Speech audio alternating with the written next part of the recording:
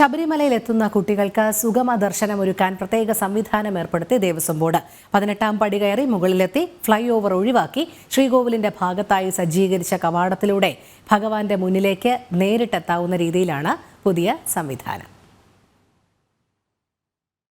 സന്നിധാനത്ത് ഭക്തജന തിരക്കിനിടയിൽ ഏറെ ബുദ്ധിമുട്ടിയാണ് കുഞ്ഞയ്യപ്പന്മാരും മാളികപ്പുറങ്ങളും ദർശനം നടത്തിയിരുന്നത്. ഇതിനൊരു പരിഹാരം കാണണമെന്ന ദീർഘകാലത്തെ ആവശ്യമായിരുന്നു.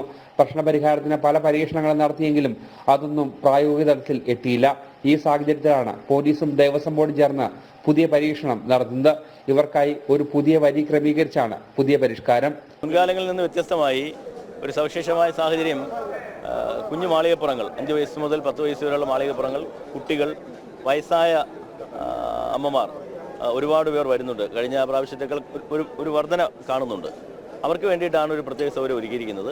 നമ്മുടെ നടപ്പന്തലിൽ നേരത്തെ തന്നെ ഒരു 9ാമത്തെ ക്യൂ ആയി ഒരുക്കിയിട്ടുണ്ട്, റോയായി ഒരുക്കിയിട്ടുണ്ട്.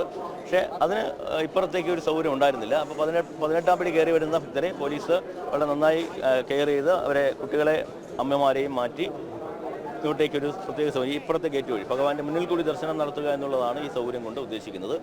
പടി കയറിയെത്തുന്ന ഭക്തരെ പോലീസ് നേരിട്ട് ഈ വരിയിലേക്ക് എത്തിക്കും.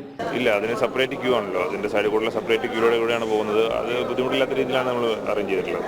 18ാം